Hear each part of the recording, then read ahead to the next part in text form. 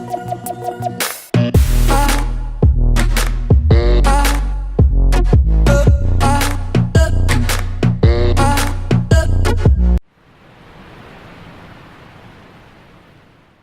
guys, this is Matthew, and I'm here to do a study on the Church of Philadelphia. Once again, these letters were penned by Jesus Christ, and they kind of have a structure to them. There's always the name of the church, the title that Christ chooses of himself in that church,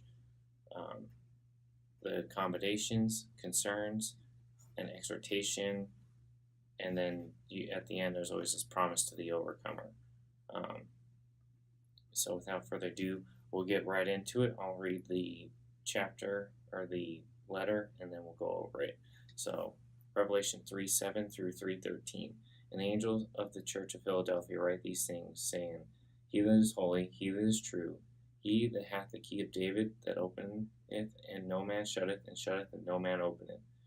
I know thy works, and behold, I set before thee an open door, and no man can shut it. For thou hast a little strength, and hast kept my word, and hast not denied my name.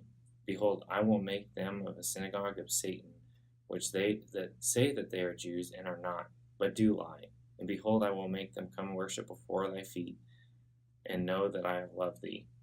Because thou hast kept my word in my patience, I will also keep thee from the hour of temptation, which shall come upon all them the world, and try them that dwell upon the earth. Behold, I come quickly. Hold fast to which thou hast, that no man take thy crown. To him that overcometh, I will make him a pillar of the temple of God, and he shall go no more out. And I will write upon him the name of God, of my God, and the name of the city of my God, which is the New Jerusalem, which cometh down from heaven from God. And I will write upon him my new name. He that hath an ear, let him hear what the Spirit says unto the churches. So, it's in the Greek word for Philadelphia pretty much means friendly city. You have phileo. Phileo love is a friendly love or brotherly love. And then jumping into the title of Christ, these things which saith, He that is holy, he that is true, he that hath an ear, or hath the key of David, that openeth, and no man shutteth, no man openeth. There's key phrases in there: holiness, truth, and the key of David. Holiness, I think we all would like to think we know when we know about holiness, but I'm probably sure we have no idea. There are scriptures that can allude to it. Isaiah 57:15 is a good one to look that one up, as well as Exodus 33:17 through 23. It was revealed to Moses, but he couldn't fully look into it. He had to tuck him behind a rock. It's pretty interesting. So, truth is the opposite of lies. When you kind of look at it as the Lord is truth and the Satan is lies. He's the father of lies. In 1 John 5:20, I think says it very well. 1 John 5:20, and we know that the Son of God has come. He has given us understanding, that we may know him that is true. And we are in him that is true, even the Son Jesus Christ. This is the true God, the eternal life. So Jesus Christ is the truth. In John it says, I am the way, the truth, and the life. So we always need to look to him, look to his word for truth and understanding. The key of David in Isaiah 22 through 25, it talks about Eliakim, who was a administrative type official, and had the mantle of the key to the court of Israel, to access of the king. This is obviously kind of a type of Christ, a prophetic application of what Christ is. Christ is the one that grants us access to the Lord. And I'm just going to read it real quick. It's in Isaiah 22:20-5. And it shall come to pass that the day that I will call my servant Eliakim, son of Hilkiah, I will clothe him with my robe and strengthen him with my girdle, and I will commit thy government unto his hand. He shall be a father of the inhabitants of Jerusalem and to the house of Judea.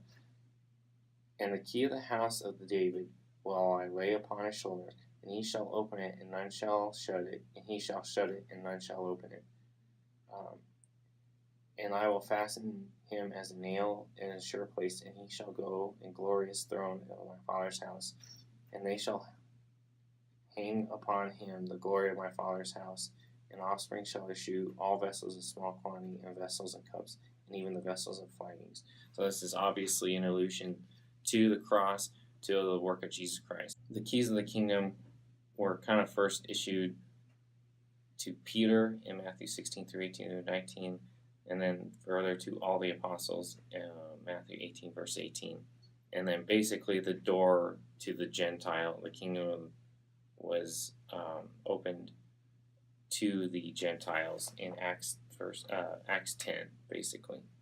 Historical background: the city of Philadelphia is one of the youngest cities of that region. It was founded in 189 BC, which is very young in that comparative to a lot of the other cities. It had a very prosperous economy, and the Romans felt that it was a great idea to promote Greek culture. So the Romans knew how to, basically they knew that the Greeks ruled most of the known world, so they tried to enforce Greek culture. Most everybody spoke Greek at the time. A lot of the scriptures that were read at the time by Jewish people were this book called the Septuagint. It was basically translated the scriptures of all the prophets, Moses and all them, into Greek, because that's what they spoke at the time. They didn't speak Hebrew. They spoke Hebrew in a sense of ceremony, kind of almost like what Catholics do with Latin. But that was the language that they were comfortable with. There were several earthquakes that happened during that period of time as well that devastated the land. They got a lot of financial incentives to rebuild the city from Rome, so they rechanged their name, but then they go back to it. They always went back to it. It was actually one of the last cities to fall when the Ottomans took over, or the Islamics took over at the time. They were the ones that held fast. Okay, the commendation.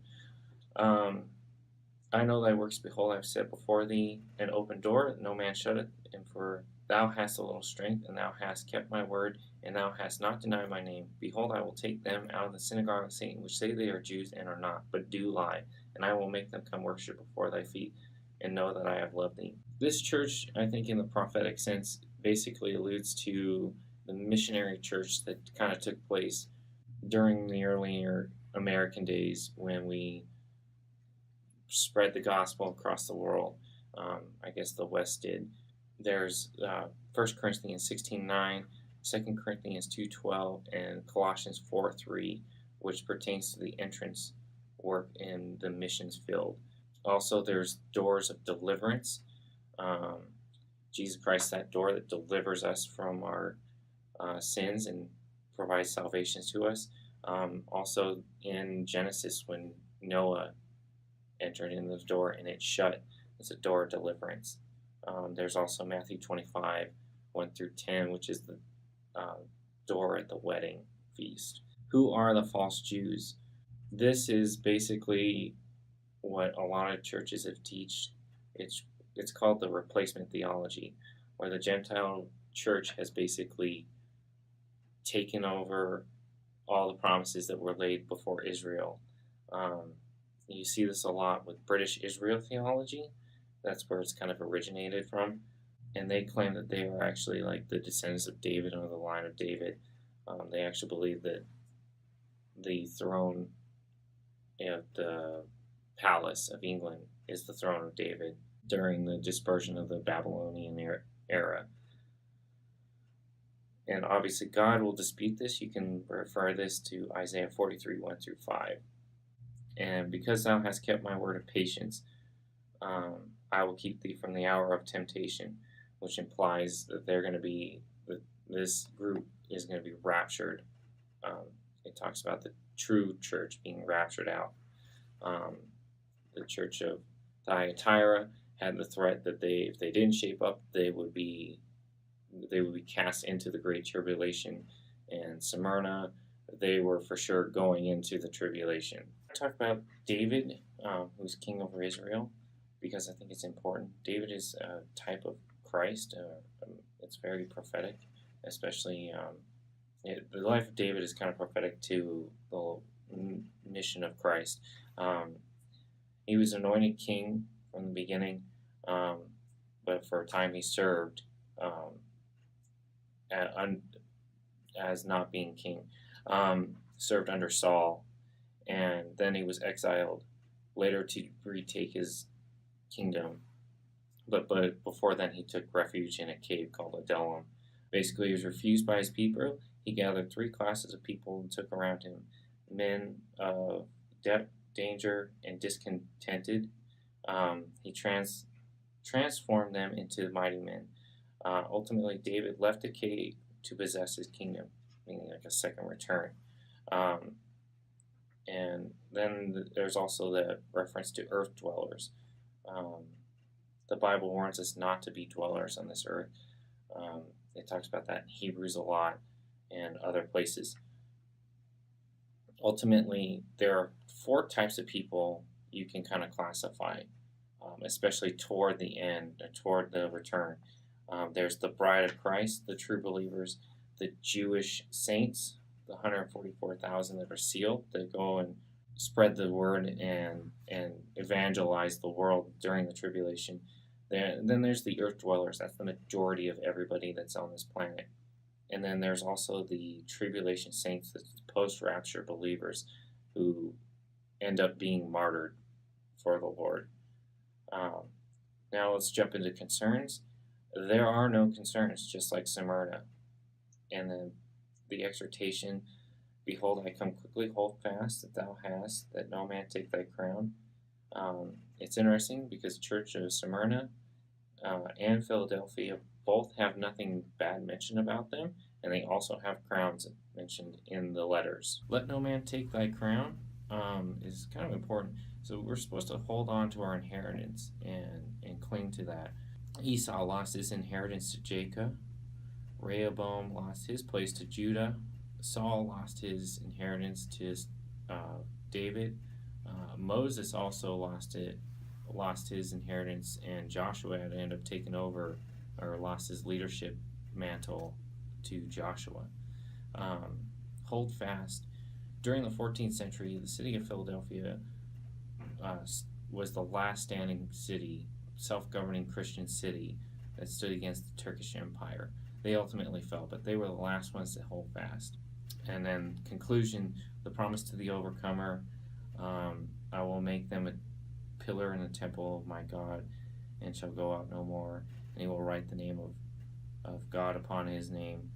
So the pillar is a source of strength, so the Lord will strengthen us up. We're not to relate to our own strength. We're supposed to rely on his strength.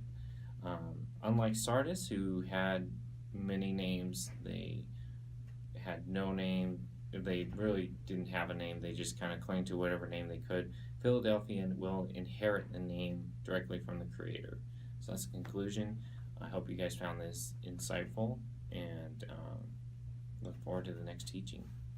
All right, bye.